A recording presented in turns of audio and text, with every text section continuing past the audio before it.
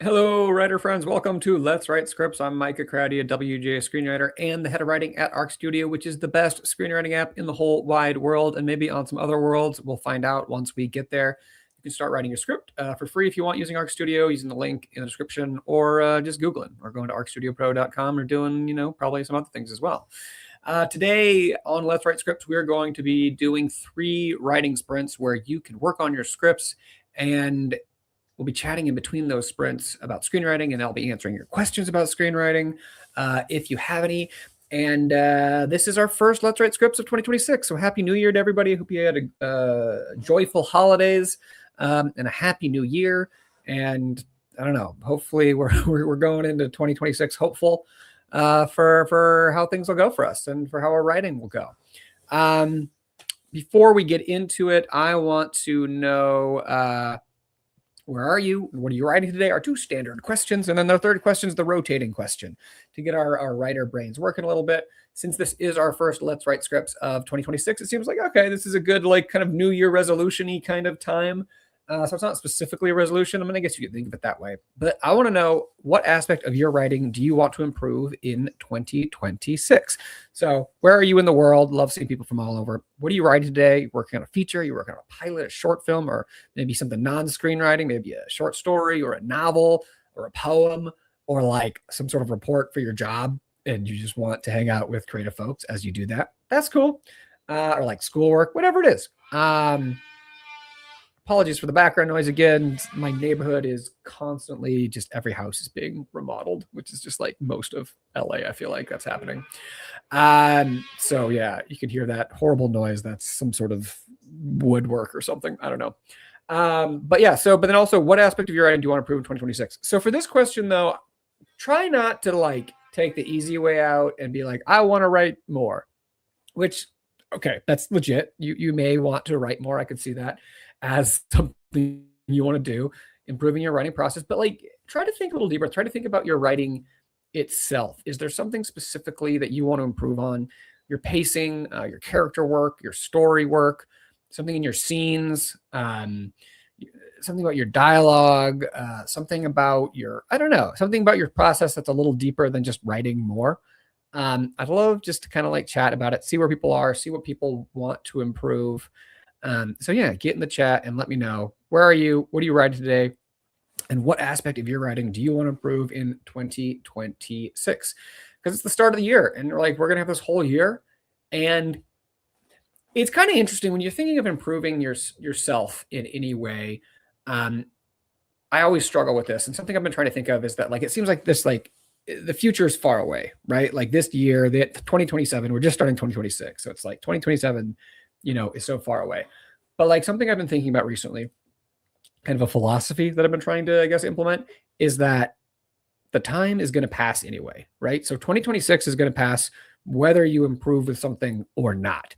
And so after that time has passed, which is going to happen anyway, would you rather have improved on the thing or not? So I think that can be helpful in terms of sometimes improving work can seem daunting, but if you think the time's going to pass anyway, so what do I want to be? Who do I want to be? How do I want to have grown at the end of that time? Then, that's an interesting way of thinking about it. So let me know about that. If you're feeling it, please like this video, hit subscribe, turn notifications on, all that good stuff. And during the second break, of course, we'll be doing the sandwich of the week, which if you're new, every week I just show a photo of the best looking sandwich that I made in the past week. And it's just something we like to do here on Let's Write Scripts. And I save it till near the end because the first time I did it, I showed it at the beginning, and then everyone was really hungry for the rest of the show. And it sort of, I think it hurt the writing. So I'm trying to be a little strategic, and we keep it for near the end of the show. So I will be doing that. So to answer these 3 questions myself, I'm in Los Angeles. It is a beautiful, sunny, wintry day. It's a little chilly, but just blue sky. We've had a lot of rain recently, so it's just kind of nice to have some blue skies. I'm working on the first draft of a feature. I had kind of put it aside for a little bit. I was working something else, but I was kind of finishing the first act, and now I'm moving into act 2 on this. And I'm kind of doing something a little different today. I'm a pretty linear writer. It's I kind of wish, I know a lot of people will just think of a scene, be excited, and write that scene, even if it's later in the script or whatever. And I think that's a great thing, but I struggle with that sometimes. But this morning when I was walking my dogs, I had an idea for a scene. And so I'm just like, I'm going to write that. So I'm working on that scene today. And I'm pretty excited about it. So that's what I'm going to be working on today. And for what aspect of your writing do you want to improve in 2026? I was thinking about this a little bit. And I think I want to sharpen my scene work a little bit. I feel like in 2025, my sort of structure, like my sort of the big picture stuff, I think I improved on like the whole arc of the story and how it all ties together. And this year, I don't know, I kind of want to focus on my scene work itself. I want to make sure sometimes that I'm following my own advice because I give advice in here about scene writing and stuff. And then sometimes I'll reread something that I'm working on and be like, well, I did not follow my own advice. So trying to follow my own advice on these things. But I really want to work on that sense of momentum building as you go from scene to scene and having each scene push things forward, add complications, like, juice up the energy, really sharpen each scene. That's kind of the thing that I'm going to be working on. VD Viz, great. Oh my goodness. Great to be here. Great to have you. Wired by Numbers from the UK. Welcome. Zoe, 2026. Great to be back. Happy New Year. Happy New Year, Christian. Daniel from Vienna, Austria. Awesome. So we got a couple Europeans in the house. We got Paula in Northern Virginia. We got Capacity for Good, working on a short film script. Want to improve your ability to weave character arcs. Okay. So as in like balancing multiple character arcs that we're talking about. I think that's a good one. Nice. Tessa in Studio City working on a new pilot. I want to work on developing better series engines instead of just focusing on the art of the pilot. Ooh, yeah. So in TV work, that's so important. I mean, like, it's kind of obvious when you think about it, but the fundamental difference, right, between a TV show and a movie is that, like, a TV show keeps going. You have to keep generating stories. So it's not enough just to come up with one good story like she's talking about here. You have to come up with an engine that will keep generating stories over and over and over again. So, in The Simpsons, Homer is always going to like screw up or something, right? Like Bart's going to get in trouble. Like all these things are going to happen. A cop show is always going to have another case. There's always different ways of doing story engines. Obviously, I created that series on writing pilots, which you can check out on the Arc Studio channel. But that's a great, if you're a TV writer, and you want to write pilots, that's a great goal for 2026. This Cash in Arkansas working on a comedy feature that you outlined to the break. I need to actually put my writing to action and film it. I mean, that's awesome. That's great. In the UK, want to get past the idea stage. Used to write direct short films. Haven't really written since, but 10 years. I'm still going to be working on an idea hub. Awesome. I also did a video on writing short films you can check out. But I mean, it's also fun. I mean, like, if you can direct short films if you want to, I highly recommend it to everyone. It's a great way to learn about the process. It's a great way to, like, there's the tragedy of screenwriting, right, is that it is only an early step in the process of making a project. So you can be a screenwriter and be working so much. You can even be a working writer, getting paid to do things, but like things don't get made. And the great thing about a short film is you can actually bring it into the world. So that's awesome. Paula is working on developing tension, but I have trouble with landing it. That is, how to best to weave it so it lands on the audience with maximum impact. All right, that could be something interesting to talk about later, Paula. That's good. That's a good goal. Juno in Massachusetts decided 2026 is going to be the best writing year ever. I think we should all agree that 2026 is going to be our best writing year ever because I'm actually going to finish my projects. Awesome. And I want to improve my visual storytelling skills. That's great. I love visual storytelling. I love thinking in that way. It's one of the ways where you can actually, it's one of the unique hallmarks of screenwriting. It's a little different from novel writing in some ways because there is going to be an image that the viewer sees. The viewer of the end audience isn't probably ever going to read your script. They're just going to see how it's translated on a screen. So it's so important as a screenwriter to think about that. How is it going to be translated onto the screen? So that's awesome. Cash wants to be unapologetic about your writing. Discover your writing is weird and unconventional, so I need to lean into that. I mean, that's cool, man. Let your freak flag fly, as they say. In Vancouver, the Canadians in the house doing a first rewrite on a feature script inspired by true events of an armored truck heist. Oh, that sounds cool. I love a heist film. And you want to improve, stay more concise with action lines and writing in more mess into the dialogue instead of everything feeling so perfect. Yeah, I like that. That's great. Yeah, you don't want your dialogue. I mean, like, there's different stylistics, approaches, obviously, but like, yeah, things being a little too perfect. I like that. I like roughing it up a little bit here. Pam, 2026 from New Mexico. Working on your feature rom-com. I want to improve my story writing by not doubting my choices so much and just moving forward faster. Good luck, Pam. What can I say? I mean, I think there are some people out there who are just like fully confident in their writing and it's just like, yep, this is it. But I feel like the majority of us, it's just, second guessing is second nature, I think you can say. But that's cool. I think that's a good goal. I like it. Christian's working on the 9th draft of a feature after getting notes. Awesome. Want to get better at scene work, particularly making sure everything falls in a chain of cause and effect. Yeah, but and therefore are always great. Something happens, but this happens. Therefore, this other thing happens. Causality is a great way to approach scene work as well. Nexus Studios, hello. Zoe, in 2026, want to improve your character development, especially by creating deeper emotional bonds with side characters so the plot feels more immersive through their individual stories and stakes. Oh, that's cool. I love it. Yeah, I mean, side characters, I love to think of them as supporting characters. I've said that many times on this show, but they're not minor characters. They are there for a reason. They're there to support your story, support the journey. And by support, I don't necessarily mean just like positively. Like they can also cause problems and everything. But they are there. They're like, in a house, there are certain walls that are load-bearing walls, and there are certain walls that are like you can remove easily, I don't know where I'm going with this metaphor, but like oftentimes your supporting characters, I feel like you can realize they're more load bearing than you thought initially. Like they have a purpose, I will say, right? They're not just decorative. They're there to play a role in your story. Fantastic. All right. I think we're gonna have a great writing day today. We're going to jump into the first writing sprint. And again, if you're new, the way we do this is we do timed writing sprints where I put a timer up on screen. It counts down. I mute myself. So if you hear that, again, that construction noise in the background, apologies. That will be gone during the writing sprints. And we are going, I'll play some chill, vibey music. And we just write.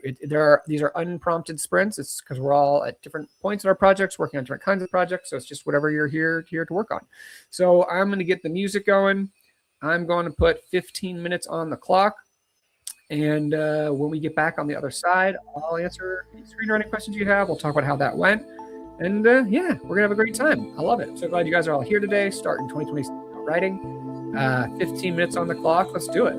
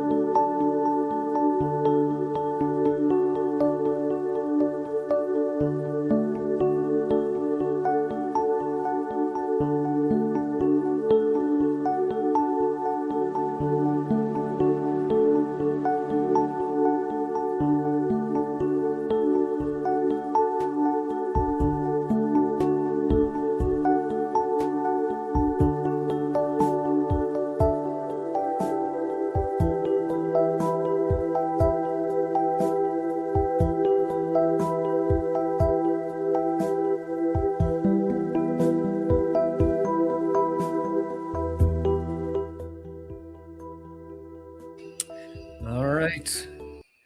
That is the end of the first writing sprint here on Let's Write Scripts. Welcome to everyone who joined during that writing sprint. It's brought to you by Arc Studio, best screenwriting app in the world. If you did that writing sprint, I want to know, how did it go? Are the muses with us today? Are you feeling energetic? Are you feeling creatively engaged? Are the fingers typing away? Are the synapses firing away? Let me know how it's going. Or is it going poorly? Are the muses still on vacation? Have they maybe not recovered from their New Year's Eve party and they're just not really feeling like helping you out today? Either way, let me know. And if you are struggling, is there anything specific that you're struggling with? Any specific questions that you have? It could be inspired by, again, your own problems or just kind of general questions about screenwriting. Get in the chat and let me know. For me, that was a pretty good sprint. I think I figured out kind of a couple things in the scene. That made it better. Just kind of in it, it's still work to go, but like it's feeling not bad. It's feeling pretty good. There are a couple questions. There was something that Paula asked earlier, or not really so much asked. She was talking about basically, the question of the week is, what do you want to improve on in your writing in 2026? And Paula was saying she wants to work on developing tension, having trouble landing it. That is, how best to weave it so it lands on the audience with maximum impact. And I was reminded that I made a video kind of about this. It was a video about analyzing the coin toss scene in No Country for Old Men. It's called The Tension of the Coin Toss, and you can check that out on the channel. And there's like a bunch of lessons kind of a highlight about writing tension in that video. So if you haven't checked it out, check it out. And if you have, it could be a good refresher. But there are a couple things, to think about. One thing that's really important is like having stakes in the scene, right? Things that are at risk that matter. Um, and there's different ways you can do it because at times, there can be a progression over the scene, right? Where, at the start of the scene, maybe the character doesn't even know what's at risk. It's called dramatic irony. Dramatic irony is when like the audience knows something that the character doesn't know. So for instance, if a character walks into a house and the audience knows there's the killer hiding in the closet, right? But the character doesn't know that, that's dramatic irony. And the audience is tense because, they don't know that they're there. But there's something at risk, right? Their life. But then there's other just kinds of things where there's something at stake. And the outcome is uncertain, right? That uncertainty is very important, but like it could go wrong, and the audience believes that it could go wrong. Another just thing to think about is just giving it time, right? Tension needs time to develop. I was thinking about that. I was watching, catching up on Andor, the show, and there's a great kind of like heist scene that was going on in there, and they're intercutting between scenes, and it like took a while, and it really worked though. Like I was feeling the tension developing, and I think that it was a scene where someone's trying to remove a bug, like a listening device from something, and it just goes on for longer than you would think it would, but like it really affected me. I was feeling incredibly tense. And so giving it that time to develop, not rushing it, is really important. Gabrielle asked, how do I write action lines that don't look like novels? It's a great question.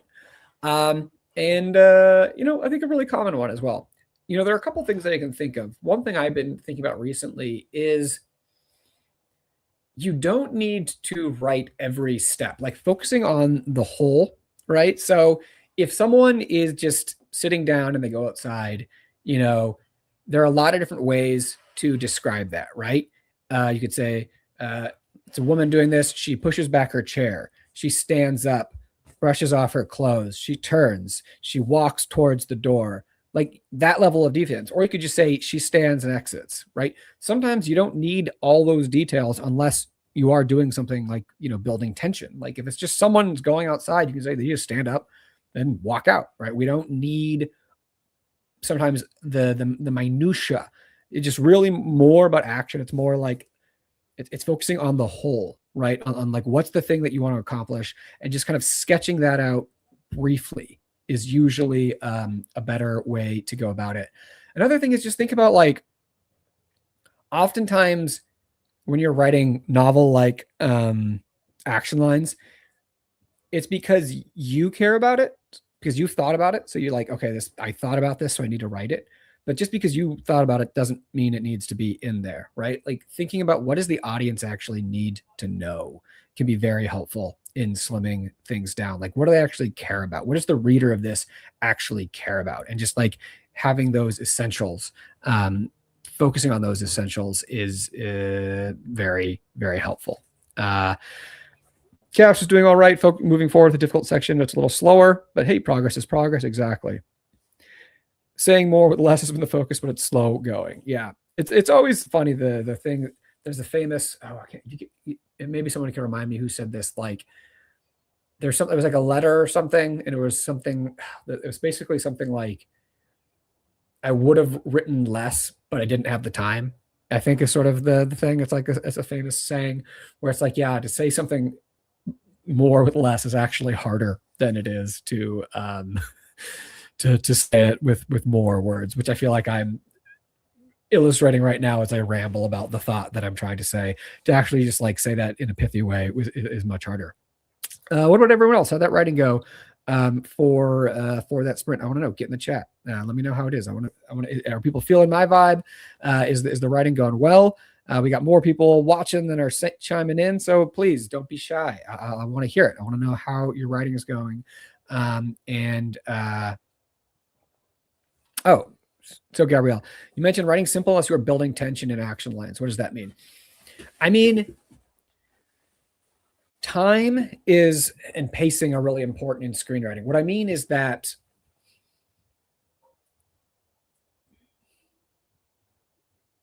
is there a point in something being slow, right?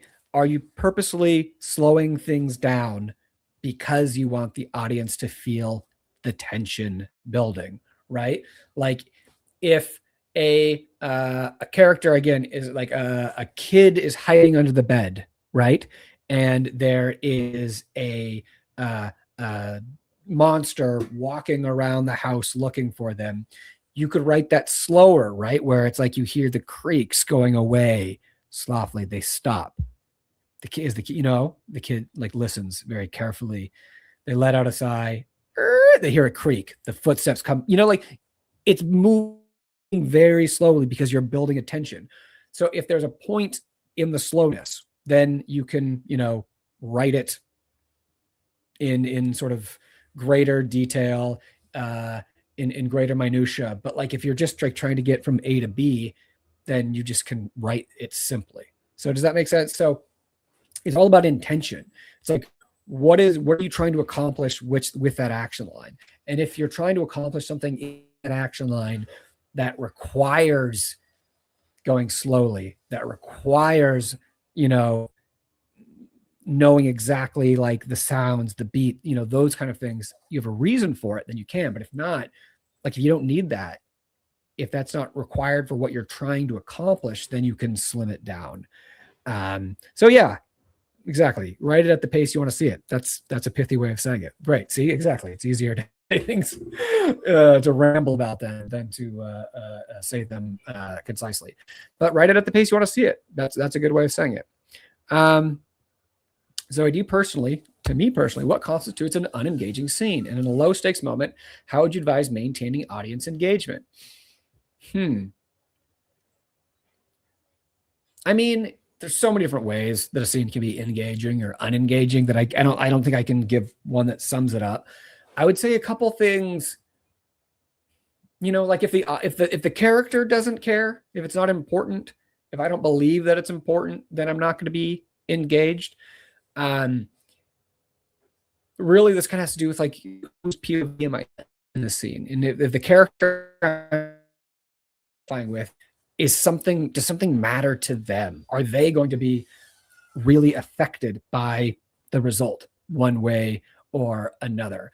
It doesn't have to be life and death, right? It just has to be something that like feels like life and death sort of to that character. Not every scene, right? I'm speaking in generalities here, but I think that's one way to think about it. Like, does it matter, to the character that I care about in this scene? Another way to think about it is just like, but so much of this depends on genre and like intention, Why you can ask yourself, why would the audience care, right? Like if it's funny, if it's like a hangout movie and the audience just enjoys hanging out with these characters and what they're doing, that's like another reason that it can be like kind of low stakes but engaging, right? You're just it's fun. You this. Why I care? What are they going to get out of this that's going to make them want to keep watching it, right? And that's kind of a broader question. That's funny. That's just kind of a broader question that can apply to more things. Any recommendations on slowing the pace? I love writing action, but have a tendency to go into drama, numbing the impact other than focus on movements. Are there other ways to slow down without dwelling? Yeah, the use of like line breaks can help. We'll see oftentimes people will try doing a thing where it's like one sentence and then a line break and then another sentence, and it just kind of forces you to slow down. And it can kind of like match the pace, and it all just kind of focuses you to like force you to focus kind of on like the specific thing. That's another thing I think you could think of. Mojello, just joined him currently outlining. What tips can you give on outlining at all? I know it's a pretty broad question. Yeah, I have a couple of videos on, if you want to like in more detail. There's one about coming up with a story for a movie, and there's another one about in my pilot writing series. But first I would say like outline at the level of detail that's helpful for you, because that's not going to be the same for everybody. Some people write basically what are called like scriptments, like a treatment and a script put together where it's like the whole thing basically. You're almost writing a novelization before they write their scripts. Some people just like the bare bones just to kind of know their structure, where they're going, and then they fill their detail in on the script. So there's not like a one size fits all thing. But something I mentioned earlier is the but therefore kind of thinking about it. Like when you're thinking about how to sort of string your story beats together, how to like build the story organically, thinking about complications and consequences, right? So something happens, but a complication, the other thing happens. And as a result of that, therefore, the story kind of moves in that direction. So thinking about those kind of terms of complications and consequences can be very helpful for outline. So that's one tip I would give. All right, cool. I think we should move forward and do our next writing sprint. We're warmed up. Our brains are engaged. Let's move on to the 25-minute. And Kelly had a great start. Awesome. The 25-minute writing sprint. So I'm going to put some music back on. We're going to switch it up to the track that's the favorite track of everyone, of all the royalty-free music that I use on this show. This is the one. This is the banger, or an anti-banger, I guess. I don't know. This is pretty chill, but it's nice and vibey to write to. So I'm going to put 25 minutes on the clock. We're going to write. We're going to come back. I'll answer more questions if anyone has anything. We'll talk a little bit more about writing, and then we'll do a final sprint at the end. So 25 minutes on the clock. Get this music going, relaxing, reflection and creativity 16102. What a beautiful name for a song. But yeah, let's get into it. I'm feeling it. Catch you guys on the other side.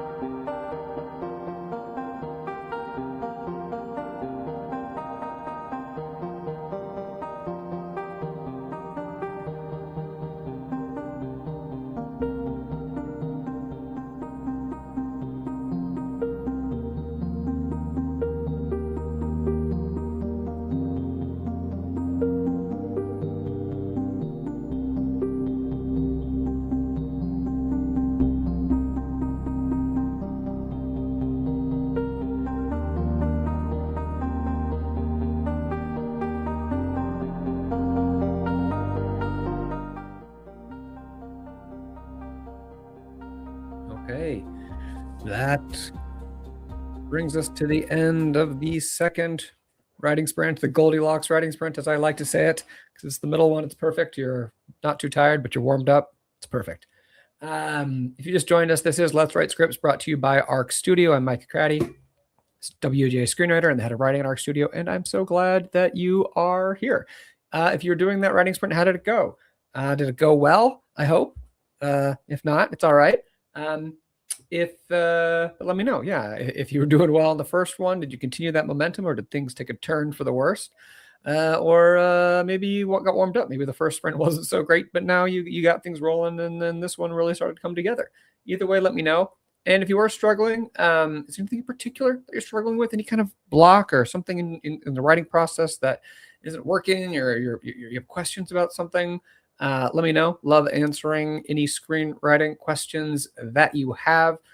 It's one of the best things about Let's Write Scripts, I think, is talking about these kinds of things. If I were to rank the best things about Let's Write Scripts, I would say, one, I have to say it's like the opportunity to write, because like I feel like I have to say that. But like the other kind of tied almost for number one. Number two would be just like hanging out and writing with you guys. It's just like fun. Like I love the energy. And then the third one would be, I think, talking about these kind of things, because it's like, if you have a question, it doesn't only benefit you to get the answer, but other people, might be wondering the same thing. So anything you want to talk about in the craft of screenwriting, get in the chat and let me know. Cash had a good sprint there, made it past the tricky part. I did as well. I kind of finished a pass of this scene that I've been working on today, or kind of, I guess it's more of a sequence. It's a few different scenes, but like a story beat that I work in. And it turns out, I think it's okay.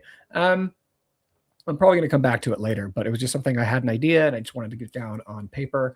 And I'm pretty happy with how it turned out. So I'm, kind of ready to move on to the next thing, I think. And then I'll kind of come back to this scene later. Like I was saying earlier, usually I write pretty linearly, but this one was just an idea for a scene I had, so I wanted to try it. So I love that.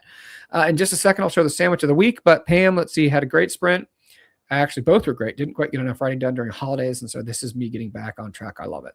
That's the thing about the holidays, is that like all fall, I feel like you're like, over the holidays, that's what I'm going to write. I'm going to catch up, like all that time. And then you get there, and that's probably like, I write less during the holidays than I do during the rest of the year. But it's just never quite, I feel like the holiday writing is never quite what you've like hoped it's going to be. So I totally get that, because you're tired. It's the end of the year. You want to eat, hang out with your family, do fun things, or just decompress. I was catching up on a lot of movies and stuff over the holidays. Because I'm in the Writers Guild, I get screeners, so I can kind of watch movies. And there were a bunch of stuff that I hadn't seen yet, so I was catching up on movies. And I did do some writing, but like it was not. It's like in your head, you're like, oh, I could do like a whole year's worth of writing over the holiday break, and then you get there, and it's not like that. At all.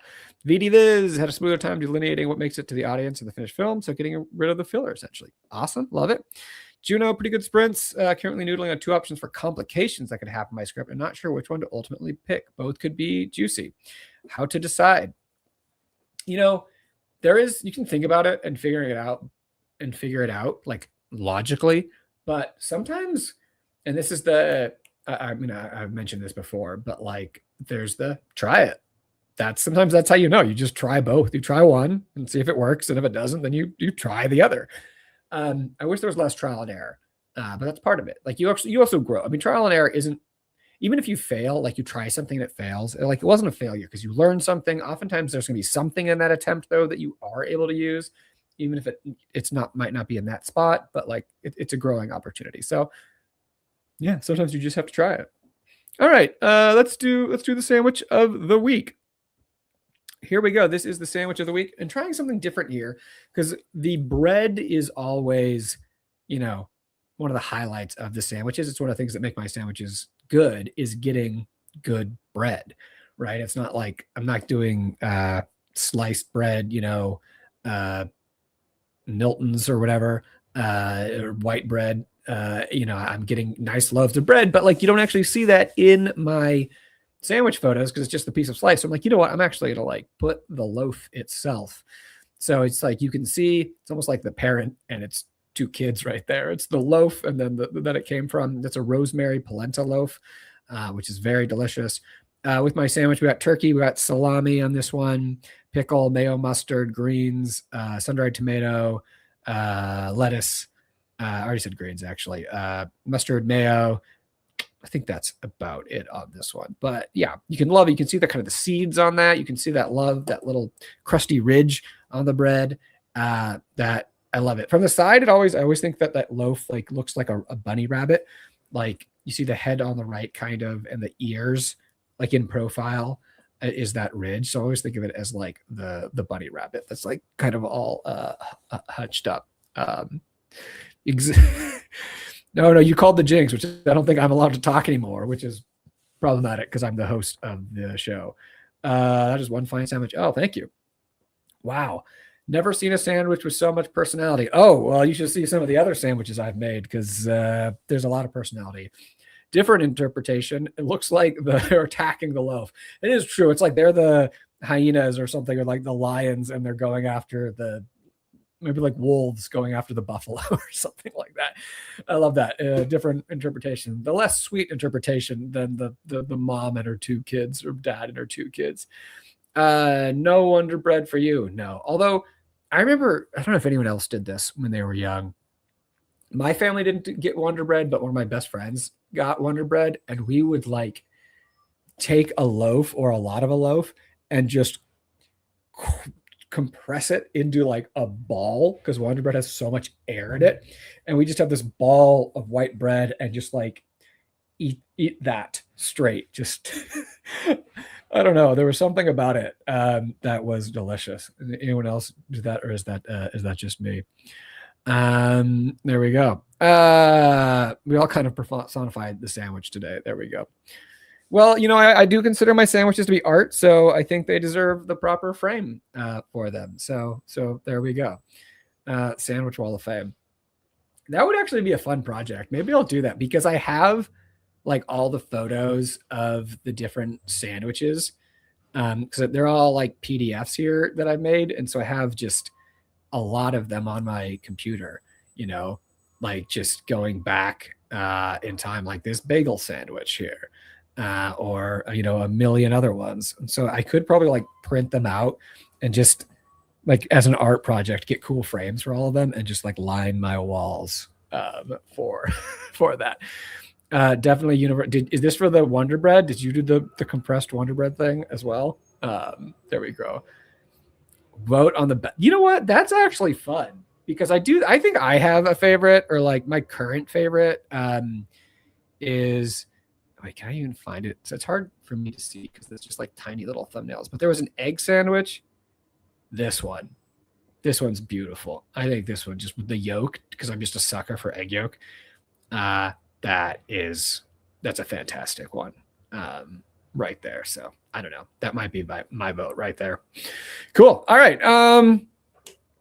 I think we should move on to the final write sprint. We're going to end with the 15-minute writing sprint, which will take us to like right at the end. Perfect timing. Usually we're running late, so it's sort of weird to be on time. Next week, we're doing Let's Write Scripts again, of course. Just show up on the YouTube channel, or you can RSVP at the link below. But it'll be, it's Wednesdays, 1 p.m. It's basically every Wednesday at 1 p.m. Pacific. And everyone is welcome. So feel free to, if you have any other writing friends, a writers group, a creative community, everyone is there. But hey, Dexter joining from Spain to say hello. But you have a lot of work. Hope everything is fine. Great to see you, man. I love seeing people just pop in, even if they can't write today, because I don't know, we are a writing community, so it's good to see people. It's fun. Sometimes you don't see people for a few months, and then they'll pop in, and it's great. So what are we doing here? Yeah, final sprint, 15-minute sprint. If you have to head out during the sprint, no worries. But I love to see a farewell in the chat and let me know how your writing went. And catch you next time. And if you stick around till the very end, we'll do our final farewells. But let's just finish strong. We get the music going again here. 15 minutes on the clock. You guys are on the other side. Let's do it. Let's like the energy that we're starting the year with. I think it bodes well. So here we go. 15 minutes. Let's do it.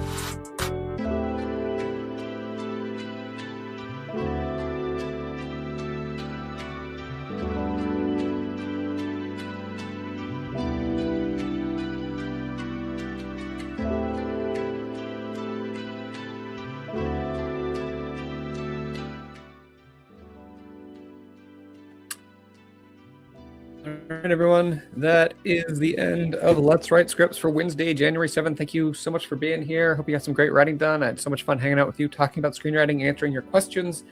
We will be back next week, Wednesday, January 14th, which is also my birthday, for another version of, or another edition of Let's Write Scripts, 1 p.m. Pacific. So I hope to see you next week on Wednesday, January 14th at 1 p.m. for more Let's Write Scripts. Until then, please be kind to yourselves and happy writing.